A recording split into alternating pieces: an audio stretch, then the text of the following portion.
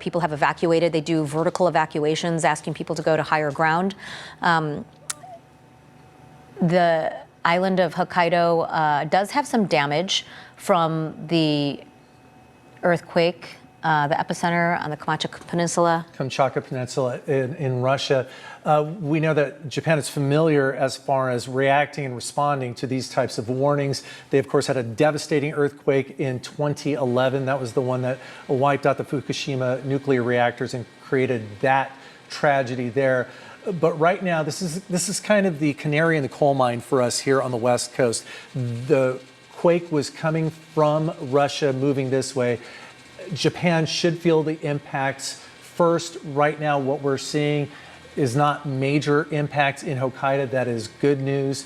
What we're seeing, what you're seeing, is the initial tsunami, the first waves from this. But as Carlene explained to us earlier, there's a wide band of time where tsunamis could still be created and impact all these areas. And that is what causes, in some cases, dangerous situations, because people think that the waves have come and gone and that it's safe.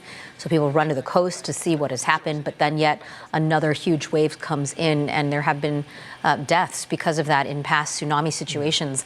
All right, so that is Hokkaido, Japan. Again, these images from earlier today. Let's now move to Hawaii, where they are actively evacuating to higher ground. The people are there in Hawaii, evacuation orders in place along the coast, and the first wave expected in about 2 hours from now, just after 7 p.m. Hawaii time, and they are asking people to do their vertical evacuation. So if you are in a high-rise building, you're not being asked to evacuate. You just need to get to higher ground.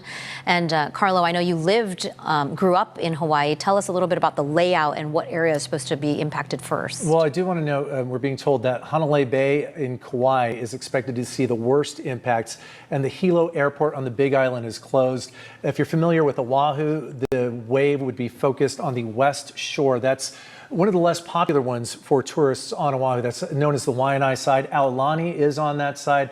That's the direction it's coming from, northwest. It should also have impacts on parts of the north shore.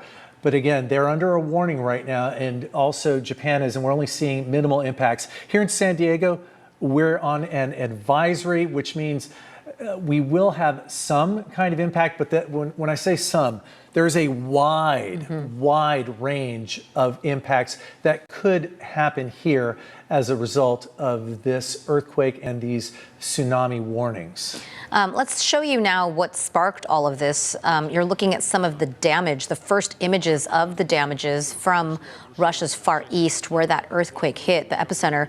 This shows a damaged kindergarten school on the Kamchatka Peninsula. Government officials say that no children were inside the building when it was damaged, so that is good news. No injuries reported. We've been seeing a lot of social media posts of just the violent nature of this quake, as Carlo mentioned, initially coming in at an 8.0, then upgraded to an 8.7, and now they're saying that this was an 8.8 magnitude quake, almost a 9. That is a very strong earthquake, and we are just now starting to see the images of the damage. No reports on whether or not people have been injured or perhaps killed. Hopefully nothing like that. Some of the best news right now is in this day and age where cameras are everywhere and we have ways to transmit those images, is we're not seeing, at least from Japan or parts of Russia, as far as a possible tsunami. We're not seeing those impacts yet. It's still very early in this game.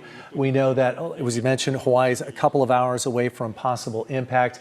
We are several hours. It could hit San Diego at 1 a.m. our time. We'll be watching that. But to talk more about this, we're going to bring in Chief Meteorologist Carlene Chavis right now. Carlene has been doing a lot of research, kind of looking at the path that the waves could take. We know a lot of the shifting that happens beneath the surface is what causes those tsunamis. Yeah. Tell us what you know about this advisory.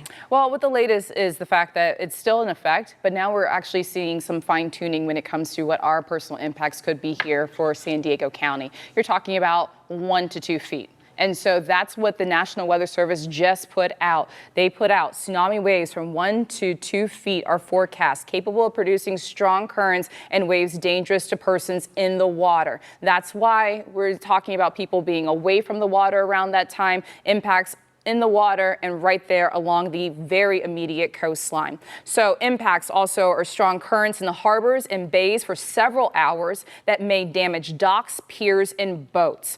We are talking about an estimated time frame that we would start to see these impacts later on, and that's about 1:10 to 1:15 in the morning.